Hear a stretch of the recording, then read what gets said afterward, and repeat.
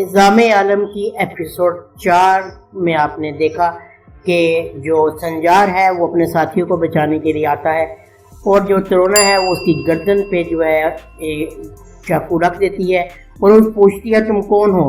تم یقیناً دشمنوں کے آدمی ہو، تم نے سلطان کی جان بچائی تھی لیکن تمہارا مقصد کوئی اور تھا، تمہیں مجھے بتانا ہوگا نہیں تو میں تمہیں یہاں سے جانے نہیں دوں گی۔ سنجار کہتا ہے کہ تھوڑا صبر کرو، میں ابھی تمہیں نہیں بتا سکتا، لیکن ترونا جو ہے کسی طرح بھی نہیں مانتی تو سنجار کو اس کو بھی بے ہوش کرنا پڑتا ہے اپنے ساتھیوں کو بچانے کے لیے۔ اس کے بعد وہ اپنے ساتھیوں کو وہاں سے نکال لیتا ہے۔ اس کی امیر التبر کے سپاہیوں سے لڑائی بھی ہوتی ہے لیکن وہ بحفاظت اپنے سپاہیوں کو نکال کے لے جاتا ہے۔ سلطان ملک شاہ جو کہ اپنے بیٹے ملک تپار اور الجن خاتون کے ساتھ جنگل میں شکار کے لیے گئے ہوتے ہیں۔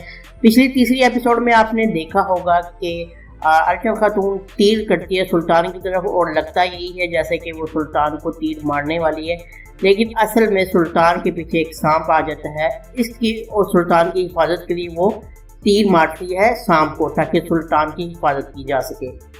تو وہ بات اس طرح وہ سلطان کی حفاظت کرتی ہے، سانپ کو مار دیتی ہے اور سلطان کی جان بھی بچ جاتی ہے، جس سے سلطان کہتا ہے کہ آپ تو واقعی ایک زبردست شکاری اور ماہر تیر انداز ہیں۔ دوسری طرف تارکا خاتون جو کہ اپنی بیٹی کے ساتھ بھگی پر سلطان کے پاس جا رہی ہوتی ہیں، پچھلی قسط میں آپ نے دیکھا ہوگا کہ بھگی جو ہے الٹ جاتی ہے جس کی وجہ سے وہ گر جاتی ہیں، وہ بے ہوش ہوتی ہیں۔ ان کی بیٹی کو ہوش آتی ہے، دیکھتی ہیں کہ ماں بے ہوش ہے تو وہ دیکھتی ہے میں کس کو مدد کے لیے پکاروں، تو اسی ٹائم چند گھوڑ سوار وہاں پہ آ جاتے ہیں۔ تو وہ کہتی ہے کہ میں سلطان ملک شاہ کی بیٹی ہوں، ان کی بیوی ہے، ہمیں مدد کی ضرورت ہے۔ اور وہ آنے والا بندہ بھی سلطان ملک شاہ کا ہی بندہ ہوتا ہے، ابو القاسم، جو کہ اناتولیا سے آ رہا ہوتا ہے۔ وہ ان کو بحفاظت جو ہے محل میں پہنچا دیتا ہے اور خود پھر سلطان ملک شاہ کے سامنے پیش ہوتا ہے اور صورتحال کا بتاتا ہے کہ آپ کی بیٹی اور آپ کی جو ہے بیوی اس زخمی حال میں پائی گئی تھی، میں ان کو محل پہنچا دیا۔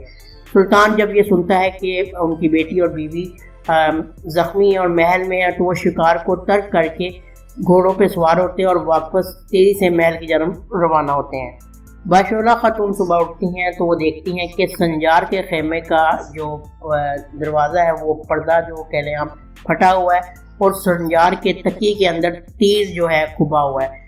تو اس کو یہ پتہ لگ جاتا ہے کہ کوئی دشمن یہ جو ہے خیمے کو پھاڑ کے اندر آیا ہے اور اس نے سنجار کے تکیے میں تیر گھسانے کا مطلب یہ ہے کہ اس کو مارنا چاہتا ہے۔ وہ تیر کو لیتی ہے اور وہ جو ہے سربراہ کینگ قبیلے کا کرکت عطا کے پاس جاتی ہے اور جا کے کہتی ہے کہ یہ ہمارے قبیلے میں کیا ہو رہا ہے، سپاہی کہاں گئے تھے جو لوگ آسانی سے اندر آئے اور یہ جو ہے خیمہ پھاڑ کے تیر تکیے میں گھونپ کے چلے گئے، کس طرح کی یہ سکیورٹی ہے ہمارے قبیلے کی، کون ذمہ دار ہے اس کا؟ کرکت عطا اپنے بیٹے کو دیکھتا ہے تو وہ کہتا ہے کہ وہ جو تاجر آئے تھے وہ رات کو یہیں رکے تھے، تو پتہ یہی لگتا ہے کہ ان تاجروں کا کام ہے۔ کرکت عطا جو قبیلے کا سربراہ ہے اس پہ اس بات پہ غصہ آتا ہے، وہ اپنے بیٹے کو کہتا ہے اس کی سزا یہ ہے تم 10 دن رات کو جو ہے قبیلے کی حفاظت کرو گے۔ خیر اس کے بعد جو ہے باشولہ خاتون جو کہ احمد سنجار کی ماں ہے وہ اپنے ایک سپاہی کو احمد سنجار کے پاس وہ تیر دے کے بھیجتی ہیں اور کہتی ہیں جا کے اس کو صورتحال سے آگاہ کرو اور اس کو کہ ہوشیار رہے، تمہارے پیچھے کوئی دشمن لگا ہوا ہے۔ دوسری طرف حسن صبا جو ہوتا ہے وہ اس امیر اپنے جو درویش بزرگ جو حکیم ہے اس سے ملتا ہے، اس کو بتاتا ہے کہ میں نے کیول قلعے کے قریب ایک کنواں دیکھا ہے اور مجھے یہ پتہ لگا ہے کہ سلجوق سلطنت کے خفیہ سپاہی جو کہ مستقبل میں کیول قلعہ پر حملہ کر سکتے ہیں ان کی رہائش وہاں پہ ہے۔ یہ سن کے جو ہے درویش بہت خوش ہوتا ہے، کہتا ہے تم نے تو مجھے بہت ہی اچھی خبر دی ہے، اب آنے والے وقت میں جو ہے یہ خبر ہمارے لیے بڑی کارم ثابت ہوگی۔ احمد سنجار بحفاظت دونوں رستم کو اور سنتاس کو لے کر بحفاظت وہاں سے نکل جاتا ہے اور جو ہے باطنیوں کے پاس جاتا ہے جہاں پہ بہرام اس کا انتظار کر رہا ہوتا ہے۔ وہ دیکھ کے کہتے ہیں تم نے واقعی جرأت کا مظاہرہ کیا ہے اور تم یقیناً ہمارے ساتھ شامل ہونے کی پوری اہلیت رکھتے ہو۔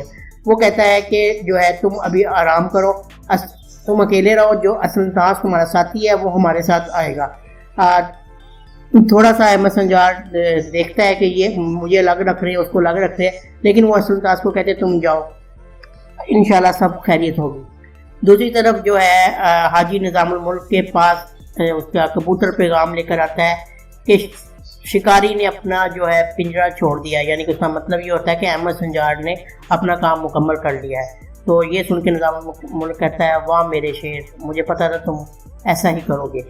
امیر جو ہے التبر وہ کافی غصے میں ہوتا ہے کہ میرے ہی محل میں آئے اور میرے سپاہیوں کو مارا اور میری بیٹی کو بے ہوش کیا ترونا کو اور چلے گئے یہاں سے۔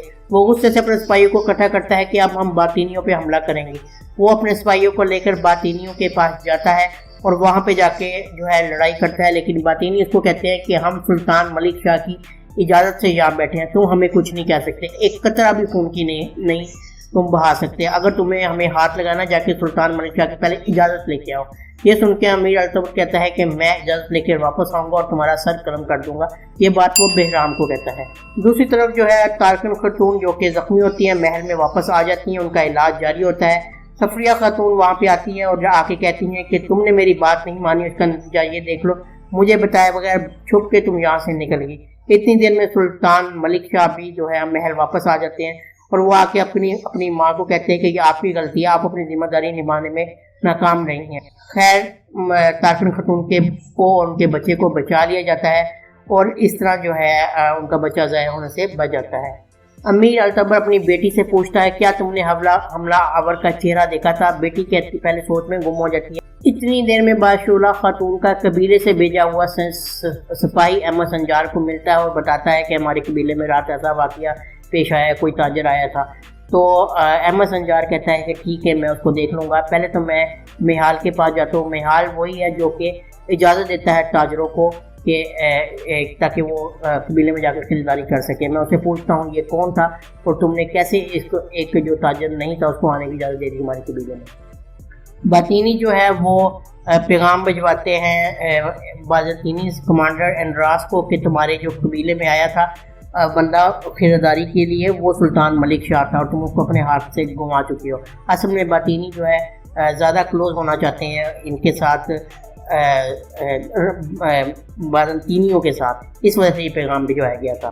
بازار میں ایک عالم ابو حامد الغزالی جو ہے لوگوں کو تبلیغ کر رہا ہوتا ہے۔ اس وقت جو باطینیوں کا سربراہ بھی وہاں پہ موجود ہوتا ہے، وہ کہتے ہیں ماشاءاللہ تو آپ کی تو علم کی روشنی خوب تیز ہے، آپ کا تعلق کہاں سے ہے؟ تو بتاتا ہے میرا تعلق نظامی مدرسے سے ہے۔